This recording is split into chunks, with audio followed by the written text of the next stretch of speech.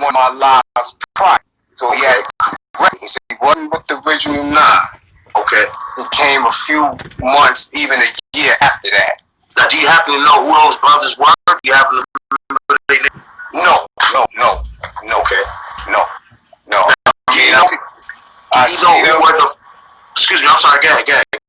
I'm saying I've seen original vids that's been coming up and resurfacing, and some of the older guards with their knowledge, making their knowledge understood and saying who exactly the original 9 are and were. But me, myself, no, I've never been around any of them. Okay, well, who were the original founders? Say you don't know their names in particular, but you tell us who was the original founder of the 5% Nation in our nation. What year did the nation form? In 1965. Okay, 64, 65. Now, who was that? Was Clarence X, Clarence 13X. Yes. That's the founder of the 5% Nation. Yes. Now, from what I know, he came from the fruit of Islam. Is that correct? Yes. Came out of the fruit. Okay. Now, your knowledge or your understanding, what's the purpose behind the 5% Nation form? Well, the purpose, from what mine explained and articulated to me, was that Clarence, through his enlightenment and his understanding of the degrees, felt that it was being interpreted wrong, and that he thought that God, that man, that Allah, was the only and not spiritual thinking entity. Knowledge, wisdom, and understanding. I mean, the God of man in the black Asiatic black man. Okay. Right? Not the scene. And that he felt that was easy to stand to these who were not privy to come inside us and engage.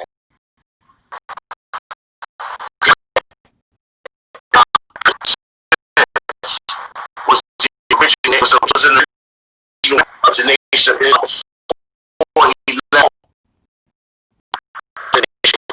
What's some of the differences between the nation of Islam and the 5% Nation?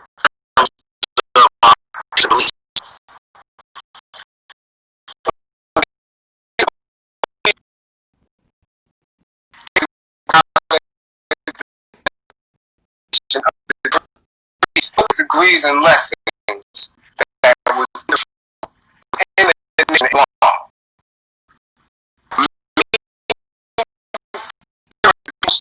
Again, if you understand that you are God, that God in the original physical form is the black man and not an unseen spook. So one of the core beliefs of the 5% Nation is the black man is God. Is that correct? That's correct. Okay. Now keep ahead. I didn't mean to interrupt you, but I just wanted people to get a clear understanding of what you were saying. Okay. Now, as far as the history is concerned, going back into history where they were, and the history that I came up in, was a totally different dynamic. Okay. Understand? Okay. Once my father left the 5% Nation of gods and earths, he became Sunni Muslim. He began practicing Orthodox Islam. Okay. Now, several things had taken place. The father was murdered, right? The nation was split. A lot of the original 9 went to jail. Okay. There was a lot that was going on within the nation that caused a lot of members to drift off. Now, the Nation of Islam was formed in 64, 65. Now, at that time, heroin was prevalent. Yes. Did a lot of the brothers fall victim to heroin addiction and things of that nature? Yeah, a lot of them fell victim to. Well, the father was a heroin user himself. Okay. You know, a lot of them was. A lot of the older guards dealt with heroin. Okay. You know, a lot of them in my era fell victim to crack. Right, and I was going to get to that. Saying, you know, that a lot of brothers, when it came out, that a lot of the brothers fall victim to that well. Mm-hmm. It was the same society. It was just different iterations. Well, you understand, we're talking about a nation that based everything on 120 questions and answers, right? With a few plus degrees. With a lot of society that you're going to be challenged with, that you're going to be faced with, right? You have anybody quote degrees. You have anybody manifest an understanding of those degrees. But being able to walk that through the society that is not acknowledging that and is already a functioning society, you're going to keep running into different roadblocks. And if you're not prepared for them roadblocks, frustration will cause you to fall victim to those same ills that you already have knowledge of, that you already know is dangerous. You're going to fall victim to it because there's nothing outside of your study other than those degrees. So just like they fell victim to heroin in one generation, they fell victim to alcoholism in another generation. When my generation came up, they fell victim to the crack. You know, but now that we have a resurgence of the 5% nation of gods and earths, right? Right. They should not fall victim to anything. Now, speaking of the resurgence, you know, you see guys like Carmelo Anthony. You know, you'll see guys like Jay-Z, who's always mentioned certain things and certain rap lines that you would think that maybe he did have knowledge himself, or he was connected to 5%ers in some kind of way. Right. And there's certain rappers that sport the star, right? 5% the flag. Right. Now, we don't know if they're a part of the nation. Mm-hmm. You feel these type of individuals should get a blessing or be co-signed before they can wear that flag or chain or anything that represents the nation. They should wear unless they attach to one of the Allah schools. And one now, is ours. There's two parts of the question. Okay. Before you give me your answer. Now, I also want to know, do you find it disrespectful if someone is wearing a flag more so as a fashion statement and not really to the very disrespectful. Very disrespectful. Because I'm from an era where, excuse me, if you didn't know your degrees, you couldn't come outside. Okay. If you didn't know how to manifest anything that you claim to know, you was getting hit in your mouth. But after you see our queens, you know, I'm born in '70, so you know, so you privy to watching how the 7 Crowns ran. Exactly. I was privy to watching them. I've heard of them. You know, I have some older guys in my neighborhood. You know, a lot of guys that I came under was God bodies and things of that nature. So I've always heard you talking. You know, I've always understood the vernacular that some of the guys use. Not me being God body myself, but just being around the guys. You know what I mean? And I just feel like, I don't know if it's the popularity of the gang mentality these days.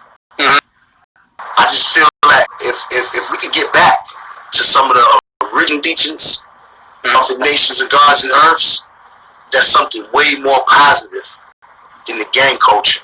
And as we go on into the conversation, I want to ask you, a lot of people associated the 5% in the gods and earths when it came to Rikers Island as being just another gang. Okay. So I want you to give your take on that as well. Okay, well, to answer the first question, I find it very disrespectful. I find that Jay, Mello, well, I don't know Mello, but there's been times I've seen Mello as an athlete, and from what other people are saying, that he has knowledge of something is more than him just showing that he actually knows the degrees. So I don't know.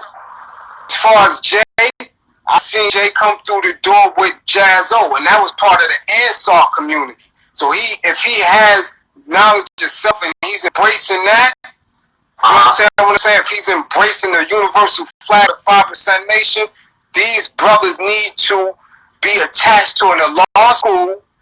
I have not seen any of them attached to that. Okay. Right? I need to see them do more than just make it a gimmick. You understand what I'm saying? Because now that the whole entire community, not only the Nation of God, the woke community, the conscious community, has a resurgence and an elevation and a vibration up here. Because I don't believe nobody should be utilizing it to capture that audience, to make them seem as though they with them when the original people are still suffering. Just by calling somebody name, using their labels, symbols, to garner that attention and not perform or nothing with them is false. So I don't give them no respect for that. You understand what I'm saying? Now, is there like a 5%? Is there council? You know, how is one held accountable for those type of actions within the nation, or is there really no accountability if there's no affiliation directly?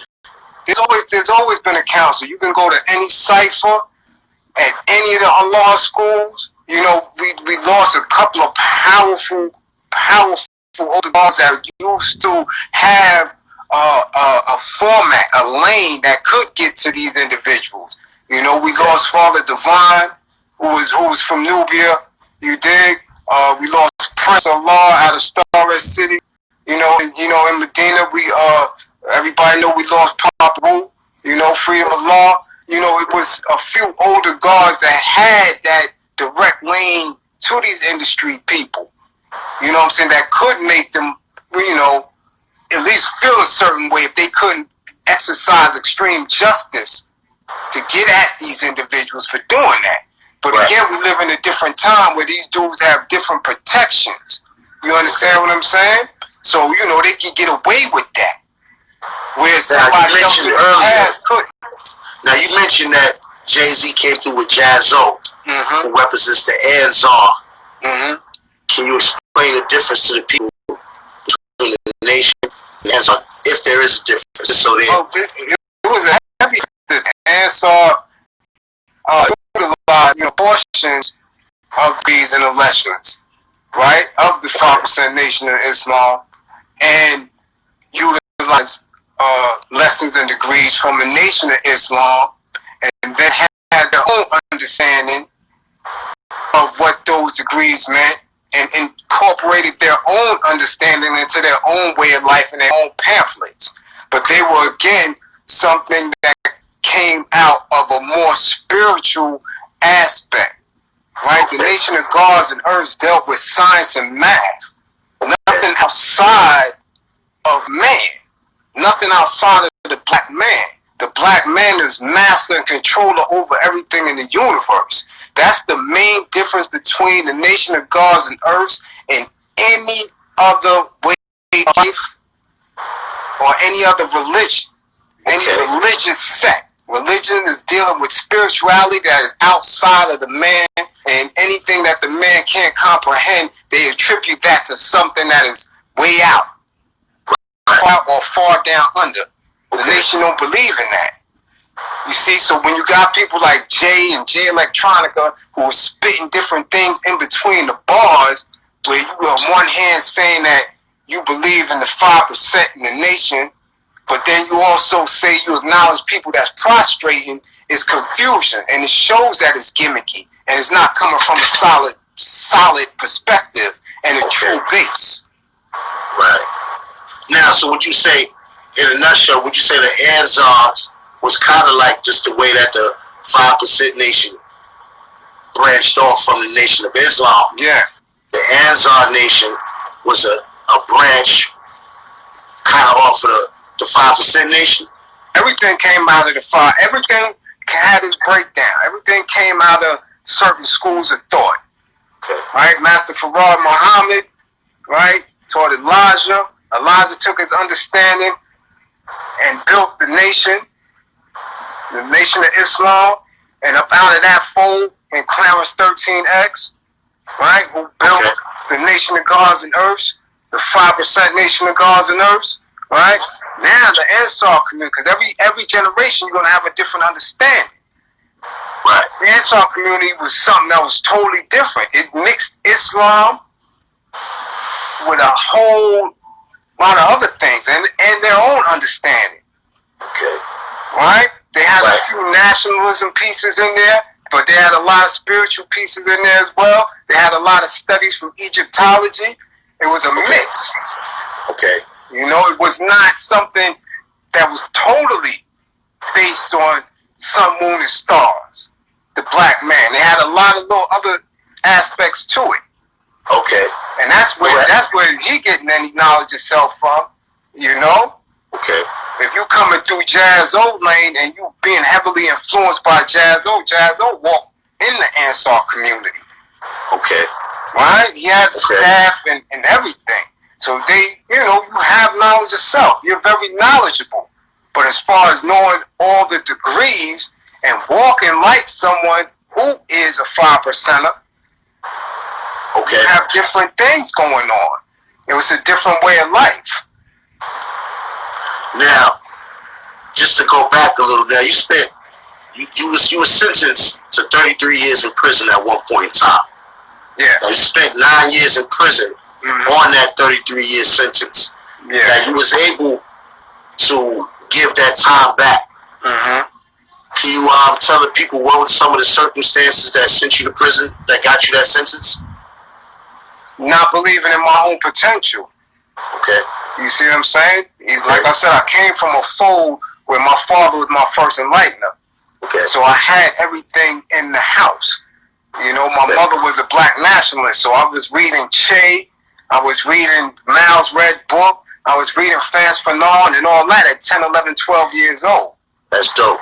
That's dope. So now, what was you mentioned your mother was had aspects and elements that you took from her as well as your father, who was your first enlightener. What was the family structure like? Did your mother and father was together throughout your childhood? Do you have any siblings? I have a younger sister. We had a relatively small immediate family. It's just me and my sister. Okay. My father had one sister who had 3 sons, right? Okay. All of them had righteous names because my father named all of them. And they eventually moved to Queens into Left Rack.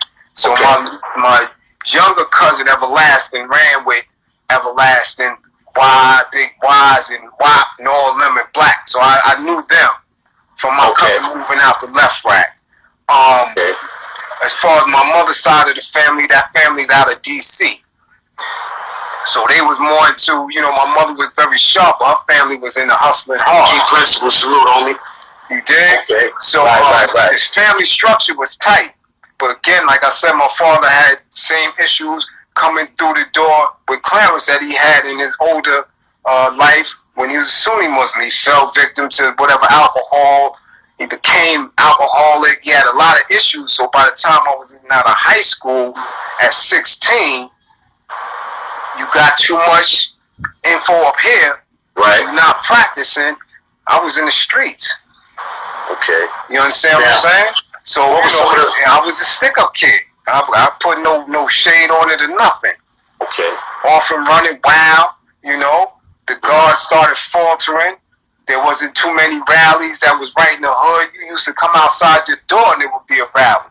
You know what I'm saying? Or at least somebody building. You know, you had rallies at the street jams. Like, I would go see Stethasonic and Daddy O and them perform in the park. Fuquan, Delight, and all of them, they holding a cipher. Wise and all of them holding a cipher. You know, this is what the guards meant when we was coming through the door. You talking about 85, 86, 87. Once crack really took hold of that, you didn't see the older guards building out there no more. And of course, the nation is going to fold. But you got to understand my understanding to why that might have occurred is because of the change in the environment. The influx of the crack cocaine into the neighborhoods. You know, some of the older guys they took a hold of them as well. You know, they're human, just like everybody else. You know what I mean? We all Right. Right. You don't know and understand. You know, you're not thinking it is. So you're thinking you can master it. So I watched that. You see what I'm saying? I had older dudes who was in my ear, like, listen, this is what you doing. You a stick-up kid. Drugs is taboo. So I never fell victim to that. Okay. You see what I'm saying? I never fell victim to it. But I watched a lot of the older guards fall. I watched dudes with knuckle games and dudes you idolized, and in 2 or 3 weeks, they was finished. You see what I'm saying? So that's what brought a lot of the nation down. And so now when you have something dynamic like that within the first few, 3, 4, 5 years, when you get to 93, right? And all the guards is in jail and on an island and things of that nature. This is where the gang mentality comes in as far as most of the original Bloods being guard. A lot of people don't know that. You understand? Right, and that's why I kind of asked you that question because it was going to be a segue into a whole nother segment. So that's cool. I'm glad we there. So now, just give the people a clearer explanation on, because a lot of people are saying, okay, a lot of the guards was on Rikers Island when the blood influence came. Right. And they were saying, a lot of people say that a lot of the guards was getting high. And that caused a lot of friction because the Latin Kings for the most part, is the dudes who had it. So then a lot of these guys that are guards will become in debt because they ball and shit, whatever they're doing, and that they say that caused a lot of the earlier friction. Now I don't know for a fact because I wasn't there. Now, from your experience, or from what you might know, give the people a better understanding of that dynamic. Well, listen, I didn't start going to jail until late.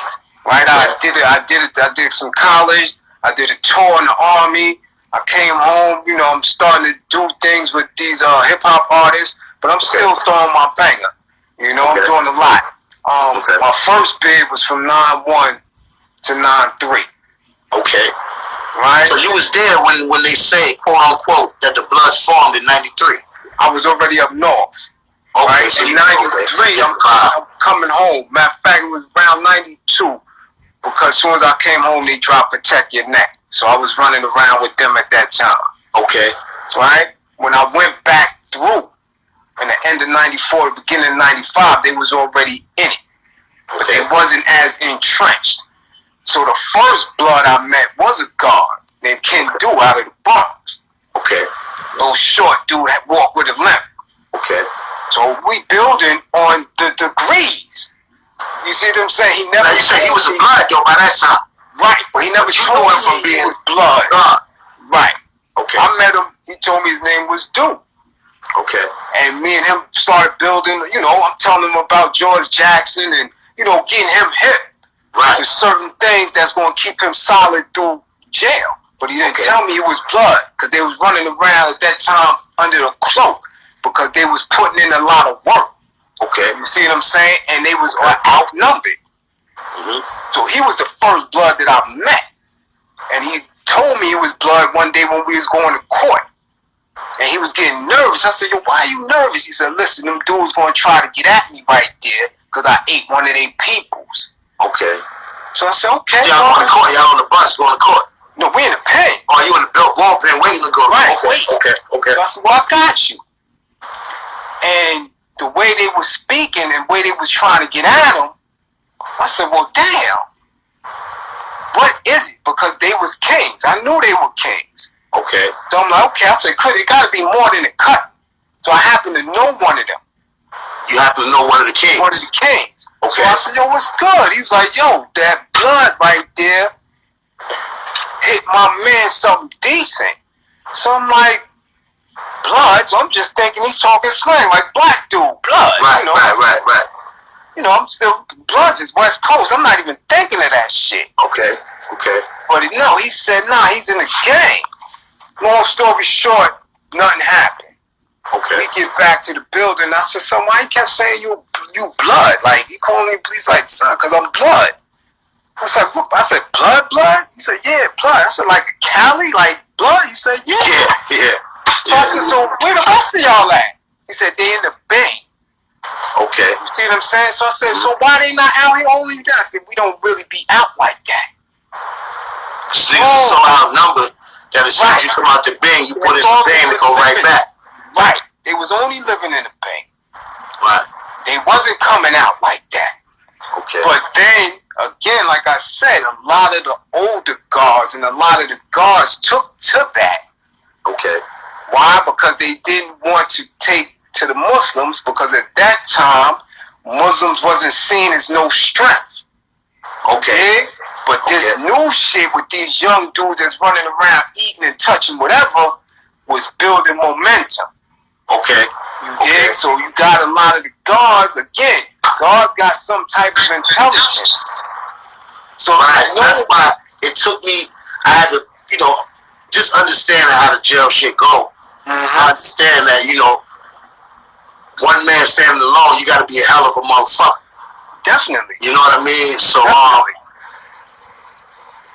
my whole thing is, just before we get too far off now, how did you wind up giving that time back, that 33 years? What were some of the avenues that you pursued? Well, first of all, I went to trial, and I didn't make it an easy trial. Anytime these little, 18Bs or paid attorneys try to 18B is a lawyer in New York. Right. They have lawyers in legal age. They call them 18B lawyers because, some of them work for pay, and they also take cases for the state. Right. So people understand what he said when he meant 18B. Right. And these are usually terrible lawyers. So anytime they didn't preserve a right or didn't do something that I thought was beneficial, as far as my understanding of the law was, I spoke up. Okay. This trial got stopped several times. I wows out. Okay. I'm radical. First of all, I didn't think that I should be in there because it was a robbery. Now, I've been robbing all my life, but I never did this shit here. Okay. You dig? So my thing is, I'm going to trial with it. I'm reading the indictment. They got me indicted for robbing Jane Doe's, Jeffrey Doe's, John Doe's. It was, I call my case in Quad Studios. You see what I'm saying? Okay. So, I'm familiar with that whole studio area, the scene. I was in Quad several times. Okay. So I caught the case in there, and I know now I didn't rob nobody up in this spot. So my thing is, give me for attempt murder, because I did pull out and try to air them out. Okay. You can give me for attempt murder, you can give me for reckless endangerment, but you're not going to take me to trial for no robbery. Okay. You see what I'm saying? I don't rob people on the street. That ain't my thing. Take me to Wall Street, take me to a money drop, take me to a check cashing place. I'm going to do my thing. I'm not robbing my peoples. That's not me. So I went to trial and blew trial. But so that's how you got the 33. What was they offering you? What was the cop out? It wasn't no cop out. You see what I'm saying? So I was determined to say, well, fuck it. Y'all want to play hardball? Let's go. After we picked trial, they tried to give me a cop out. Any lawyer that came at me with a cop out said, well, the DA getting ready to offer. I said, I don't want to hear this shit. I'm going to trial. Okay. So I never even heard it. After I picked my jury, we went. If I was in any other borough, I would have walked, because they never had no evidence on me. But when you're in Manhattan, and you got guns, I don't throw my hammer. So I got knocked in the car with the hammer and all that. They chased me from Quad damn near to Jersey. I got knocked on the exit after Polo Grounds. So you got arrested on the West Side Highway. No, they actually, because I wasn't driving. Bros I had was driving, and they knocked us into the FDR once we hit 2/5. Oh, okay. And that was it. Once I tried to tell her don't get on the highway. Once we got on the highway, that was it. I knew they was gonna have a roadblock. Okay, so now you blow trial. Yeah. They give you 33. Go back to the island. You headed up north. Right. What was your move from? Because while you waiting trial, it's fun and games. You're on Rikers Island. You're getting visits. It's everything is it's fun and games, so to speak. Right. You get sentenced. Right. So now you got 33 years on your back now. Now you coming back to the island. Right. What was your experience going up north with the 33 on your back? Well, I never believed I was going to do it. Because my thing is I'm going to dig a hole. Remember, I've been reading Blood in My Eye since 1990. Okay. So my whole thing, I mean, I read it every day. My thing is, I'm going to dig a hole, whether it's going to be a legal hole or whether it's going to be a physical hole. I'm not doing this time. Okay. You see, so that was my mindset. I was off the meat. I think, you know, when you're in the street and you running wild like that every day, all day, right. You know, it's a different time. It's 95. We thinking the world going to end in 2000. You know, your mind is gone. You're very radical. No, this is not the guy that 56 that the show on, but the brother has a story similar. He's just not a lawyer. Right. Similar story. Similar story. So, you know, my whole mindset was different. You know, I was older. You know, I'm 24, 25 at the time. I'm not thinking I'm going to do this.